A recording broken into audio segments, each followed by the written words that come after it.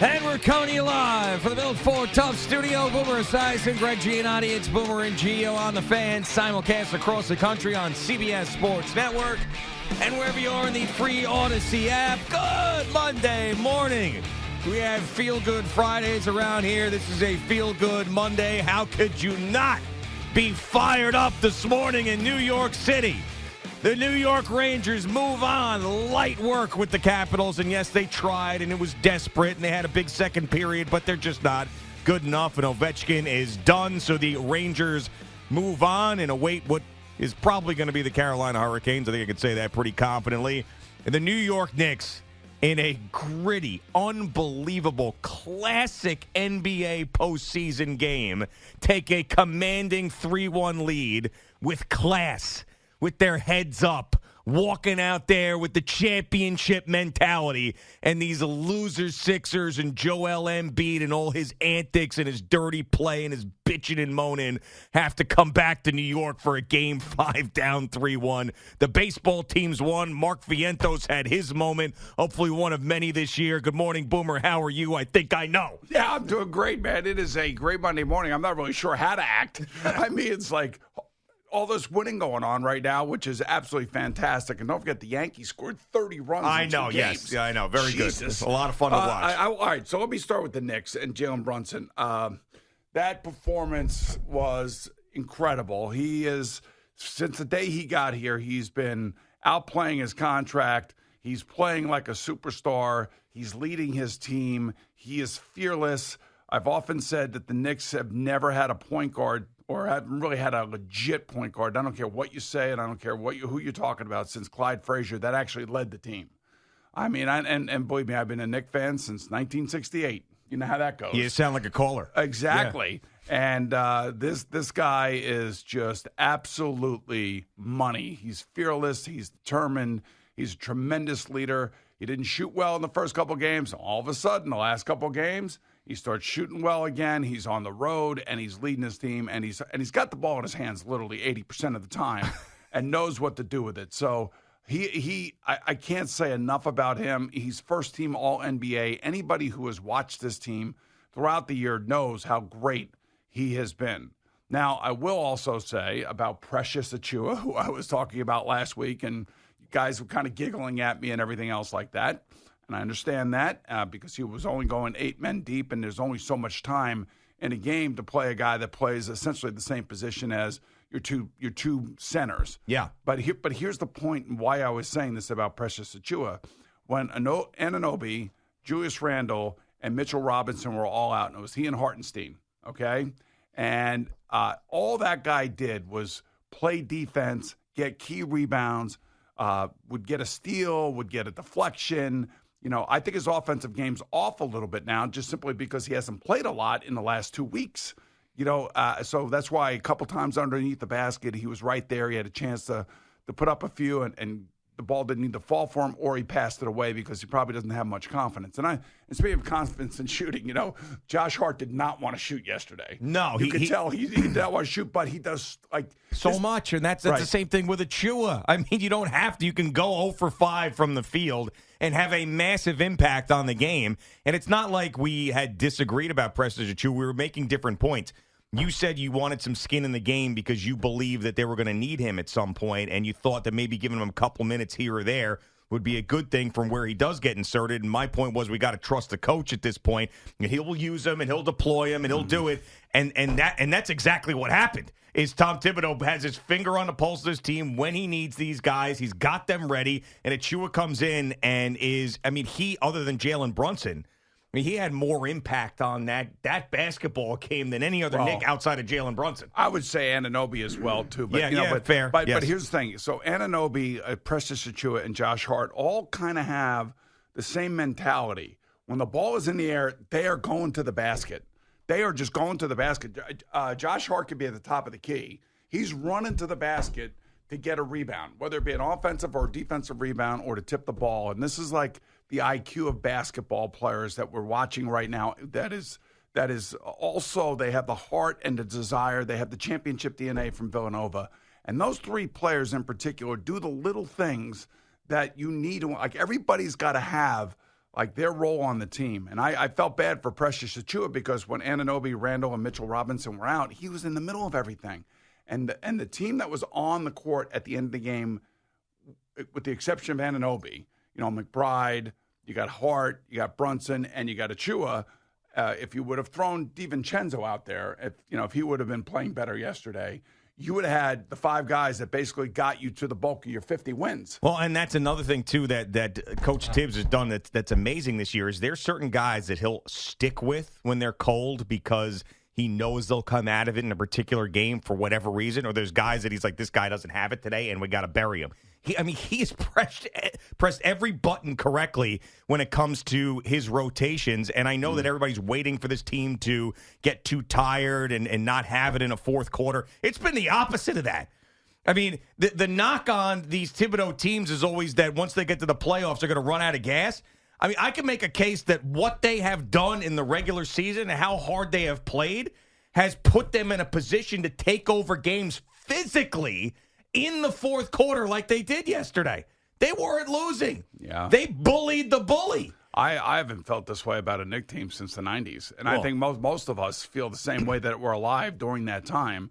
And those guys were my contemporaries. Sure. So, I would go to those games as a contemporary athlete, watching those guys and watching whether it be Allen Houston or Oakman or Ewing and just watch how they play the game more like the way Embiid is playing right now. But if the NBA can't look at those videos of Embiid and what he's doing and not suspend him, I don't know. I don't know what to tell you. I mean, it's really pathetic. It is worse than pathetic. I mean, it's like when Tom Wilson ragdolled Panarin a couple years back, and you remember the Rangers had address that in the offseason, just like they had this past offseason. They had to address the failings against the Devils in the playoffs. But what Embiid is doing is ridiculous. You know what it is? It's like a boxer who's getting his ass kicked, but he hasn't been knocked out yet, and he knows that he's going to lose the fight, and then he starts getting dirty, right? He'll give you a headbutt. He'll go below the belt because he's frustrated,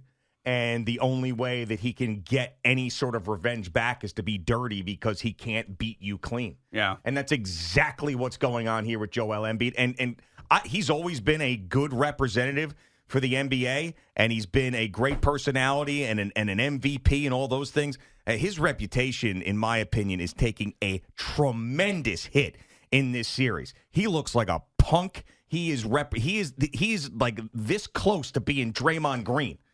Yeah, that's how bad it's been. It is bad, and I know he has Bell's palsy, and I know he's also dealing with a knee, and he's out there fighting. I will say the only thing I will say about this is that as much as we have the villains in our lives, you have the Chase Utleys in the world. Yeah. You have the Joel Embiids of the world. You have Sidney Crosby. You have all these guys that have come in and have broken all of our hearts as sports fans, which today I am like all locked in as being a sports fan. Yeah. I'm just like so happy and giddy about it. And watching that Knicks team play, they reflect, like we always have this idea, like, oh, New York City's this gritty, kind of like, playground basketball where you got to earn it and all this stuff. I'm telling you, with the way that Embiid is playing and the fact that Jalen Brunson has got the balls to go right back down in there and get in his face. And when they're standing next to each other, and Jalen's like, it looks like Jose Altuve and Aaron Judge. What's up with the elbow? What's up with the elbow? What are you doing, Biggs? What's going on here? I'm like, it is amazing watching Jalen Brunson play and the way he's playing and how he is going in there because he knows if he goes in there, he's going to get hit. Well, of course. And on top of that, he's going to get stepped on. And he's still going to score 47 points and lead this team and break a record for Knicks scoring in a single playoff game in the history of the organization. I will say, Clyde's Game 7 against the Lakers, greatest game ever in Knicks history. This performance, much like Bernard King's performance, is top 5 playoff performance of all time for the Knicks because they haven't had very many of those. Yeah, especially in recent memory. Right, yes. Exactly. And the way that he is playing, the way the team is playing, and I'm going to say it would be easy for a guy like Precious Achiuwa, who was a big part of the second half of the season, out there getting some run, getting some You got into offensive flow. You're still getting defensive rebounds, always playing defense because that, think about that trade for a second now and how Anunoby and Achua have really ascended to being what we were missing. And that was long, defensive, rebounders, tough. Well, things that that's not what R.J. Barrett was, and that's not what Emmanuel Quickly was. As much as I like those players, I mean, these two players are like difference makers. Yeah, without a doubt. And they would not be in this situation if they had that same roster. We would be nowhere near 3-1 in the first round against the Philadelphia 76ers if they didn't make this trade. And I know Anunoby missed a ton of time, but, I mean, and he's part of the reason why I loved it in the beginning was he was on a championship team, and he was doing these type of things. It's on a team that won the finals. You don't realize it until you see it. Like, you don't realize, like, when they're doing what they're doing, and that is, like, getting the offensive rebounds. Like, Josh Hart is, like, he's also got a lion heart. He's a guy that, he can have an off day shooting. He has 2 free throws to make at the end of the game. Make the free throws, the game's over. Yeah. Misses them both. Right. He had a terrible shooting day. Yeah, he was off. But I can guarantee you he'll come back in the next game and be himself. Yeah, I know. You could just tell by the way he was shooting his three. As soon as the ball was coming out of his hands, you go, that's not even close. I know. It's amazing how that works. Well, that's sports and that's humans, and he'll come back and he'll shoot better. He had those 2 games where he shot, back-to-back of at least 4 3-pointers. Yep. I mean, that hasn't been done in Knick history. So, he's a good shooter, but is it sustainable that that's going to happen for, a 5-game, 6, 7-game series? No, but he's going to have his moments. But he will affect the game in every other way. And that's when they made the trade last year. We both felt like, okay, this is a good trade. It's a solid trade. He's a good NBA player. But when you watch him, and now because of all the injuries and how much more he's had to play, the more he plays, the impact you see on the game, just the little things, the hustle plays, the rebounds. He can dribble, he can shoot, he can do whatever you want him to do if you need him to do it. But they also, I think they have like this unbelievable respect for Jalen Brunson, which shows itself. Well, of course. I mean, he is the leader of all leaders right now. And I came in here after Game 3, and I said because Joel Embiid did 2 things that you can't do to anger the sports gods, which is play dirty and then touch the money, that the Knicks were going to win in 5. And I've never been more confident about it now. A little dicey yesterday, but I've never been more confident about it now. And this is not looking ahead.